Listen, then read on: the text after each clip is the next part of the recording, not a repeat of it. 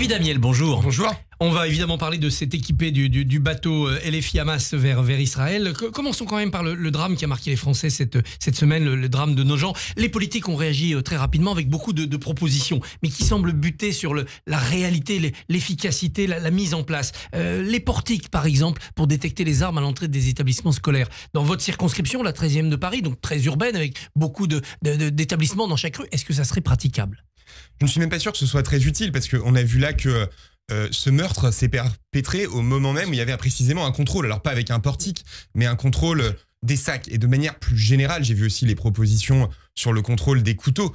On a vu dans le cas de Nogent que c'était un couteau de cuisine. Je ne crois pas qu'on interdira les couteaux dans les cuisines. Donc il faut à mon avis qu'on s'attaque à la racine du problème, qui est cette hyperviolence chez les jeunes, qu'on voit dans les grandes villes. Vous avez cité Paris, on avait eu le meurtre terrible d'Elias dans le 14e arrondissement. On a vu cette hyperviolence dans les quartiers populaires. On l'a vu dans une ville tranquille de la Haute-Marne, c'était le cas de Nogent. Et pour ça, il faut une réponse complète. Évidemment, une refonte du code pénal. C'est ce qu'on a défendu à l'Assemblée nationale avec Gabriel Attal. Des sanctions à l'école dès les premières incartades. Parce que souvent, un élève qui est violent... et force pour casser tout de suite la Bien sûr, parce qu'un élève violent commence toujours par des petites violences, entre guillemets, envers ses camarades, envers des enseignants. Et donc d'avoir des réponses extrêmement fermes très vite peut permettre d'endiguer. Et puis ensuite, je crois qu'il faut qu'il y ait des consultations psy systématiques de tous les enfants, probablement une en CM2, une en 3e, pour pouvoir détecter très vite des gamins qui perdent pied et sur lesquels il va falloir mettre un suivi psychologique renforcé parce qu'on a aussi une épidémie de cas qui sont à la frontière de la psychiatrie. Yannick Nouder, le ministre de la Santé, propose d'ailleurs des kits de détection, de former 2 personnes par établissement pour repérer cette dérive des adolescents.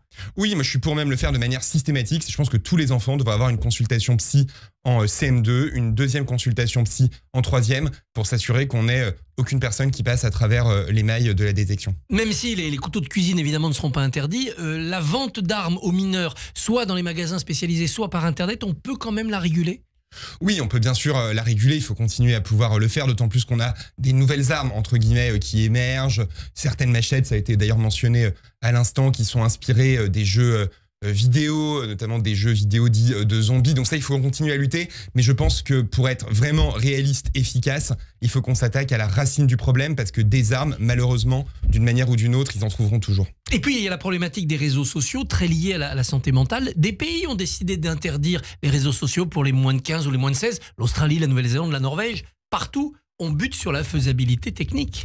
Oui, mais d'abord, c'est très important de rappeler pourquoi. C'est-à-dire qu'on voit que depuis l'émergence des réseaux sociaux, c'est pas très longtemps en réalité, c'est une grosse dizaine d'années, c'est depuis le début des années 2010, on voit une explosion chez les jeunes des troubles psychologiques et psychiatriques, de la dépression, des tentatives de suicide, de l'agressivité, de l'hyperviolence. Et donc je pense qu'il est encore temps de pouvoir agir. Donc oui, il faut qu'on puisse interdire effectivement l'accès aux réseaux sociaux, parce qu'aujourd'hui il est interdit en pratique, mais pas en réalité, puisqu'on ne demande pas de pièce d'identité quand vous voulez créer un compte sur Instagram, TikTok ou Facebook. C'est ça qu'il faut qu'on arrive à faire. La loi Marcangeli a été votée en France en 2023. Elle bute sur le fait que l'Europe, qui est responsable de la stratégie numérique, ne valide pas.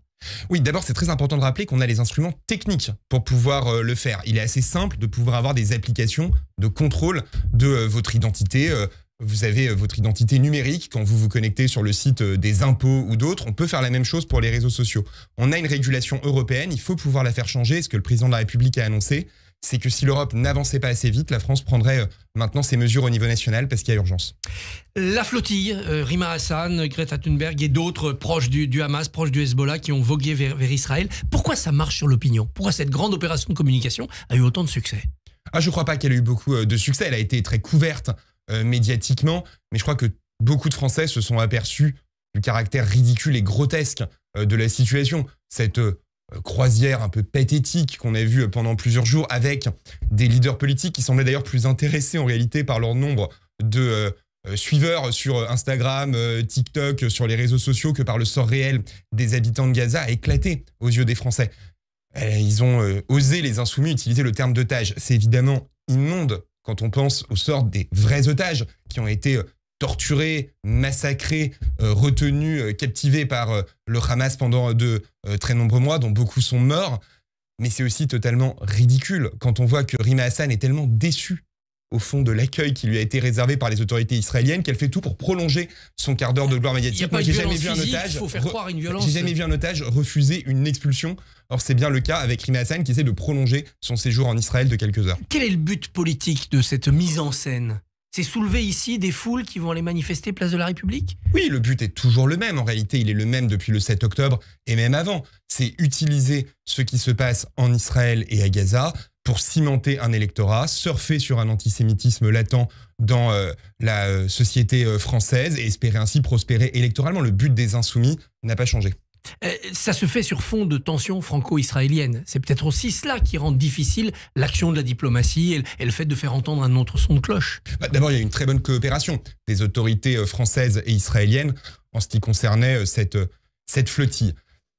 Sur les tensions entre la France et Israël, je voudrais quand même rappeler l'essentiel, qui est que quand Israël a été menacé, la France a toujours été à ses côtés. Pour la première fois l'année dernière, pour la première fois depuis 70 ans, Emmanuel Macron a demandé à l'armée française de combattre aux côtés d'Israël pour défendre Israël contre l'attaque iranienne. Ça n'avait pas été le cas depuis les années 50. Des pilotes de chasse français ont risqué leur vie pour défendre Israël de l'attaque des missiles iraniens. Il parle de honte, il parle de scandale quant à la politique menée à Gaza par Israël. Il y a un vrai débat à avoir sur cette question-là. Je crois que la priorité absolue, ça doit être de s'assurer qu'il n'y aura pas de nouveau un 7 octobre. Pour qu'il n'y ait pas de nouveau un 7 octobre, il faut qu'il n'y ait plus de Hamas. Et pour permettre cette disparition du Hamas, il faut bien sûr des opérations militaires, mais il faut aussi une solution politique, parce que sinon il se passera ce qui s'est passé au Liban avec le Hezbollah. C'est-à-dire qu'au bout de 2 ans, 3 ans, 4 ans, le Hamas renaîtra de ses cendres et sera de nouveau capable de mener les attaques affreuses qu'il a perpétrées le 7 octobre et d'ailleurs même avant. Et ça nécessite 2 choses.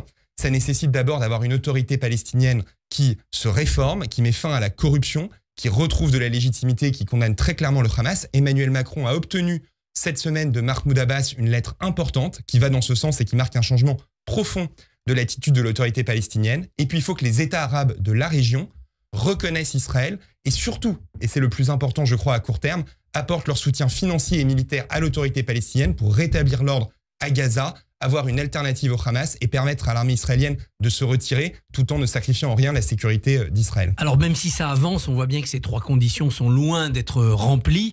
Est-ce qu'il faut du coup abandonner le projet du sommet du 18 juin où il y aurait une sorte de reconnaissance virtuelle de l'État palestinien par la France ? La reconnaissance éventuelle d'un État palestinien n'a de sens que si ces conditions sont remplies. Et c'est bien ce qu'a rappelé le président de la République. Donc c'est un horizon qu'il va poser. Le but de la reconnaissance d'un État palestinien ne peut être que d'accélérer ce mouvement de l'autorité palestinienne et des pays arabes pour assurer la sécurité d'Israël et la sécurité de la région. Et donc on verra dans les prochains jours, je ne suis pas dans les négociations diplomatiques, ce que le président de la République obtient de l'autorité palestinienne et des États arabes. Mais c'est vraiment avec cette obsession-là qu'il travaille, celle de la sécurité d'Israël et du Proche-Orient. Vous croyez que ça peut encore être un sommet utile ? Il y a eu un moment utile qui a été cette lettre de Mahmoud Abbas. Je pense que c'est un changement très important de l'attitude de l'autorité palestinienne, mais ce n'est certainement pas le bout du chemin. Il faut qu'on puisse continuer à maintenir la pression sur les États arabes et sur l'autorité palestinienne. Parlons économie, parlons social. Au croisement des deux, vous défendez un texte de loi qui voudrait faciliter l'accès des agents publics au logement. Dans beaucoup d'endroits, c'est dur pour eux de se loger. Vous allez faire quoi ? Construire de nouveaux immeubles, réquisitionner des logements ? Je propose une solution très simple, mais que bizarrement on n'a pas le droit de faire aujourd'hui. C'est de pouvoir recréer des logements de fonction. Vous vous rappelez qu'on en avait jusqu'aux années 90 pour les instituteurs, par exemple, qu'on a progressivement démantelé, mais pouvoir faire ces logements de fonction au sein du parc social.